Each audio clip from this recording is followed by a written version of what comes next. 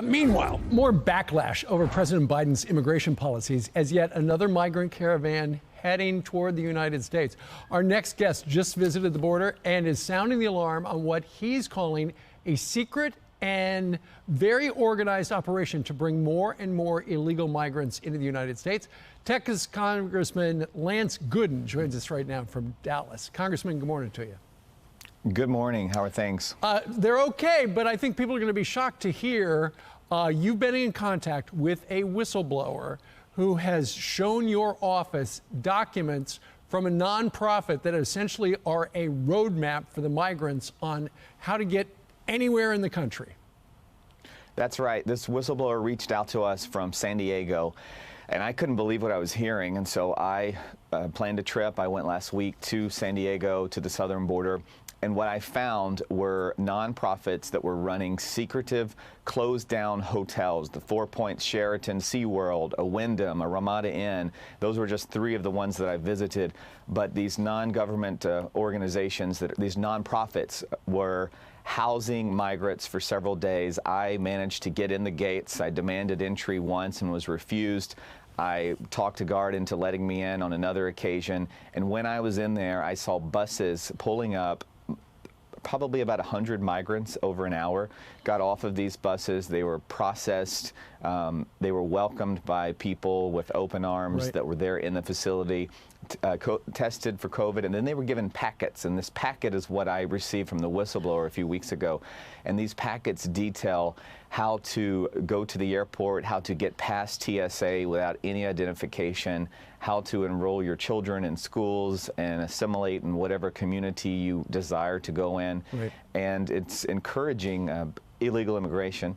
And furthermore, we went to the airport and talked with some of the TSA people who said, yeah, we get these migrants here. They have these very convincing letters. And in some cases, they're being led onto planes before anyone else. And in one case, a security officer on the plane said, you know, I'm an armed agent. I'm supposed to identify myself to the pilot before takeoff. I'm sometimes getting on these flights, and immigrants with no identification are on the plane before the agent boards. So in a case of having it's unbelievable, and I could go on and on, so I'll let you talk, but in some cases...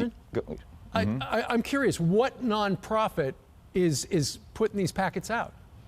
Well, there are several, but the biggest offenders in San Diego are the Catholic Charities and the Jewish Family Association.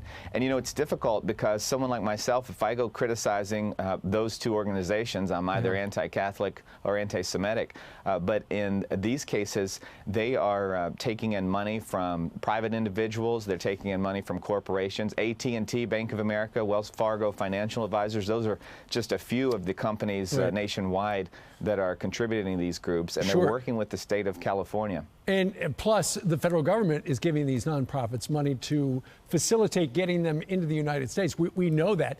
I guess the big question is, while the details, when you see them, are eye-opening, are they breaking any laws?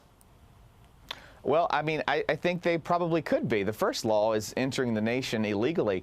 But go back to that airport scenario I gave you. Imagine no identification. What if there is a terrorist among them? That terrorist is then sitting on the plane and knows who the armed federal agent is that has visited with the pilot and says, hey, I'm on board and I'm armed. There are so many opportunities for disaster with this policy. But one of the big disasters is the encouragement that's being sent across the world to come to our southern border, especially California, and enter this nation, and you can go anywhere you want to. And we have no record of who's coming and where they're going. It's a disgrace. Lance Gooden joined us today from Dallas. Congressman, thank you.